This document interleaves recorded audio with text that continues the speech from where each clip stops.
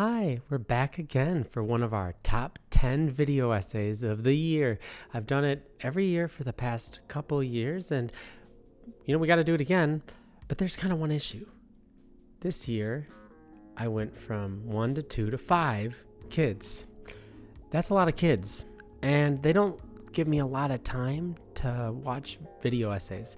And so I had trouble, when I started trying to brainstorm this video last month, of being like, what 10 video essays did I even watch this year?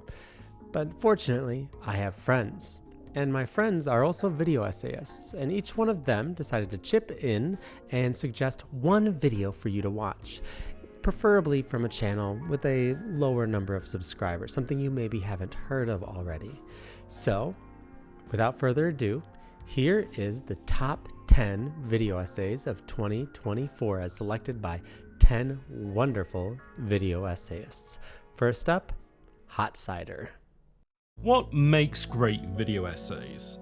For me, the ones that have really stuck start with an interesting question, venture down both familiar and unexpected paths, and connect these big ideas in ways I didn't see coming. It's always a treat, and although it might seem effortless to start with a simple prompt and let it unfold, believe me, finding these golden ideas is one of the hardest parts of making captivating videos. That's why I want to recommend Collateral and the Death of Neon. Watching the Ariel's essay is a brilliant example of starting with a compelling idea and weaving all the resulting threads into a story that brings the subject to life. It dives into the connections between filmmaking technology, urban planning, and the stories we tell, and does so with clarity and creativity. I won't say much more than that though, because their work speaks for itself far better than I ever could. But what's inspiring is that Ariel's channel is still relatively small, not much bigger than mine right now.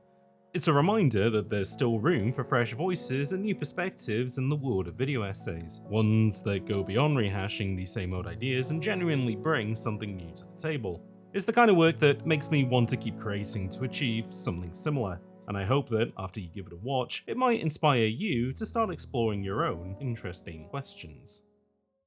Up next, we've got Raz Buttin with his top pick of 2024.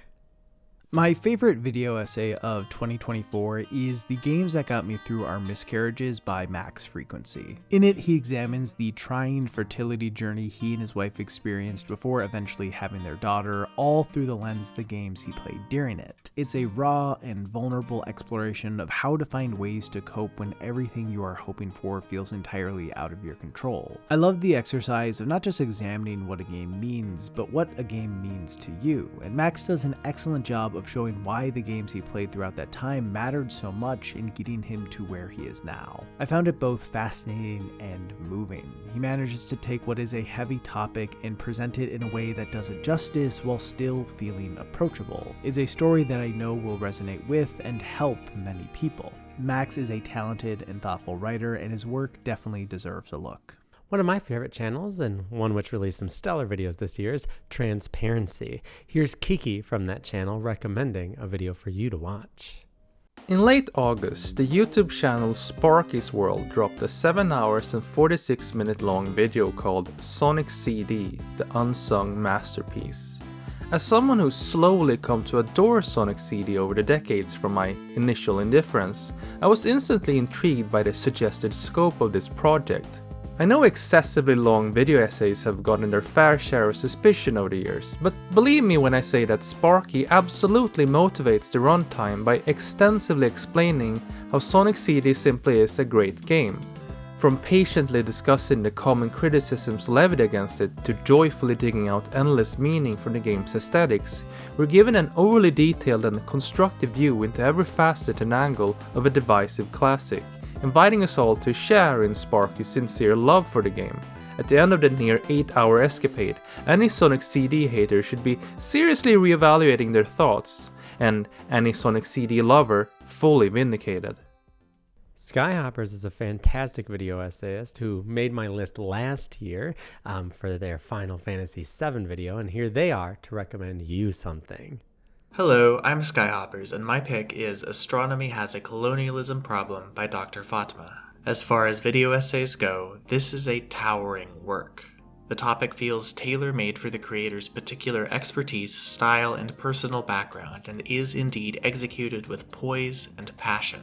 Fatima has a PhD in astronomy but has left academia to pursue science communication, and all her videos intertwine compelling technical explanations of tricky concepts with discussion of how they interact with society, with people in the real world. Top it off with a consistent dry wit and excellent music choice, and the channel is not only an edifying experience, but a joy to watch. The video in question is at first an analysis of the construction of the 30-meter telescope in Hawaii and the opposition to it from many native Hawaiians. Fatima has direct personal experience working as an astronomer on Mauna Kea and explores how her work as a scientist often found itself at odds with her beliefs about how indigenous people should be treated. It then broadens into a discussion of colonialism everywhere with a particular eye for Palestine, and ends with what could be a thesis statement for her whole channel about how studying the stars should never reduce our vision of the people here on Earth. While some of her shorter and lighter videos are probably easier introductions to Dr. Fatima, it's this one that fully cemented her in my mind as an extraordinary creator with an invaluable voice. Darkfry is one of the most gregarious individuals in the video essay community, and here they are recommending a video from Aeronaut. Hello, it's me, Darkfry, and my favorite video of 2024 is definitely Not Seeing Yourself in Video Games by Aeronaut. This was an academic paper Aeronaut wrote that she turned into a video essay, and the way she adapted it to video form is simply brilliant. The video is about how the gaming industry at large fails to properly represent marginalized people and marginalized perspectives, and doesn't let them be truly seen. In the Ouroboros of gaming discourse, this will be an evergreen topic, and many people have talked about it at length.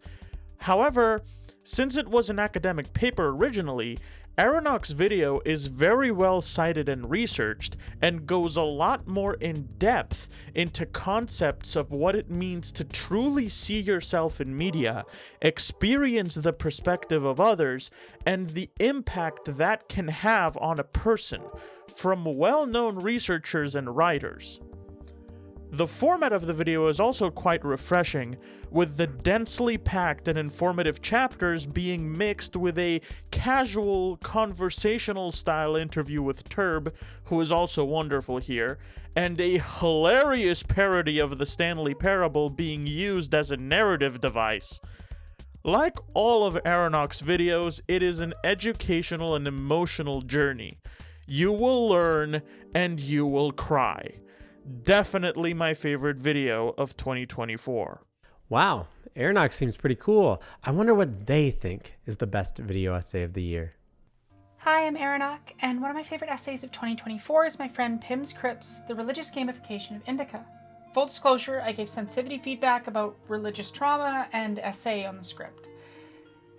But that just means I can tell you this was a favorite essay of mine, even without the phenomenal editing and Pim's excellent makeup added in.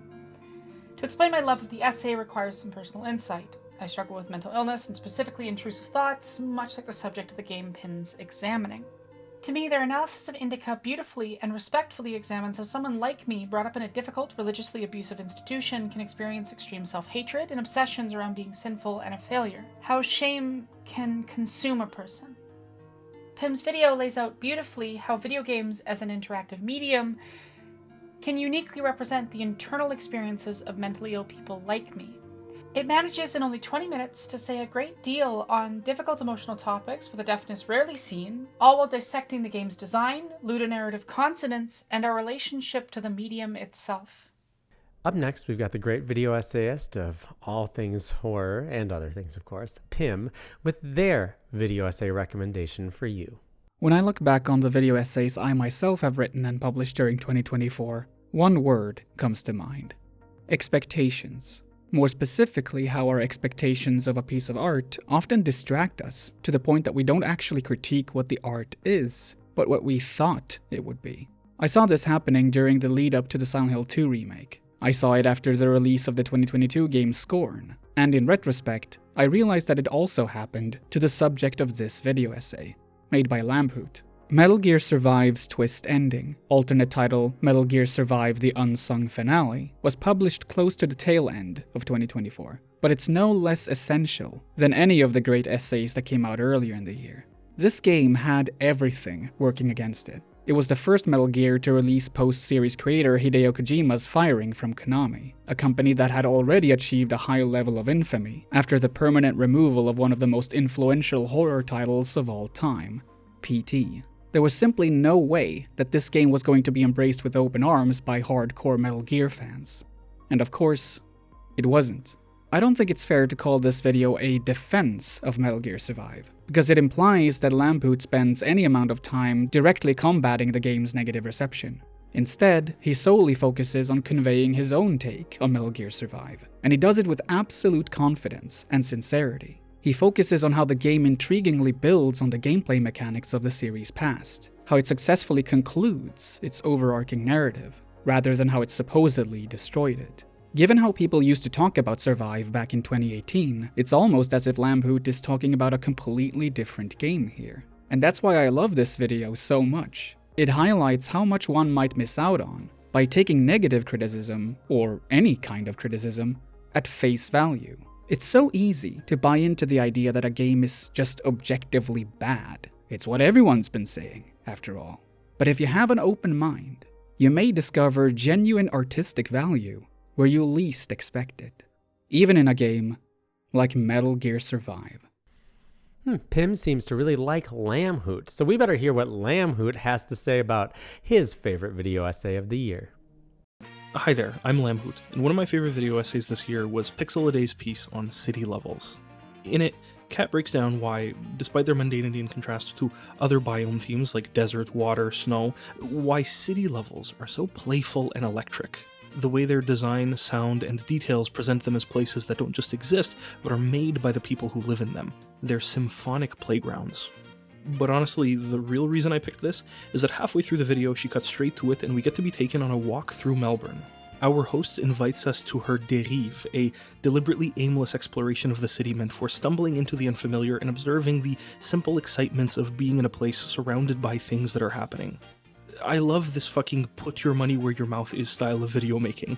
This is something I've challenged myself to do a lot in the past year, and so seeing an exploration of an actual city seamlessly woven into a narrative about exploring video game cities was really inspiring. It's hard not just to film and record VO out in public, but to write a script knowing you're going to be shooting some of it on premise. These sorts of projects are really complicated and hard to do well. Pixel A Day's City Levels, the most underrated biome, was my favorite execution of this style in 2024. I think this show-and-tell manner of storytelling is really evocative, and I hope to see more video makers adopt it over time. Let's fucking go.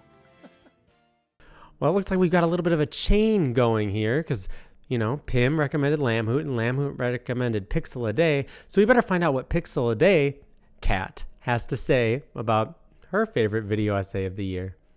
You know a video essay is well argued when it takes a fraught topic, breaks it down and discusses it with such honesty and clarity that, by the end, it doesn't seem fraught anymore. Sam's videos are some of my favourites on YouTube, and this one goes places, using dumb sex minigames as a way into a conversation about the history of games and their portrayals of women, what makes sex or nudity tasteful or gratuitous, and what a conflicted experience being a young woman playing games has been for the past 20 plus years.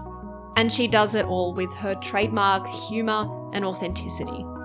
If the world were a just place, this video would have 100 times more views than it does. Please share and recommend it to everybody you know, because it is a banger. Pun intended. All right, let's round things out with Chariot Rider suggesting a different Lamhoot video. And I will admit this one's a little self-serving because Chariot Rider might have been part of this collaborative project. Lamhoot's Food for Thought is not an essay, it's an essay mixtape. A collaborative piece created by several writers who each contribute a short segment talking about food and their relationship with it. Food can be experienced in so many different ways, and this essay is a reflection of that, with each writer bringing their own unique background to talk about food. As the name of the mixtape would imply, viewers would have a lot to chew on after finishing this video. Thanks everyone for watching, and thanks to all 10 of those video essayists for chipping in and suggesting a good video for you to watch. I'll make a playlist of all of these videos that you can see in the description, and you guys have a great year, a great end of the year and a great new year. See you when I make a video next year, but also see you at the end of 2025, where we'll discover 10 more video essays that maybe you should check out.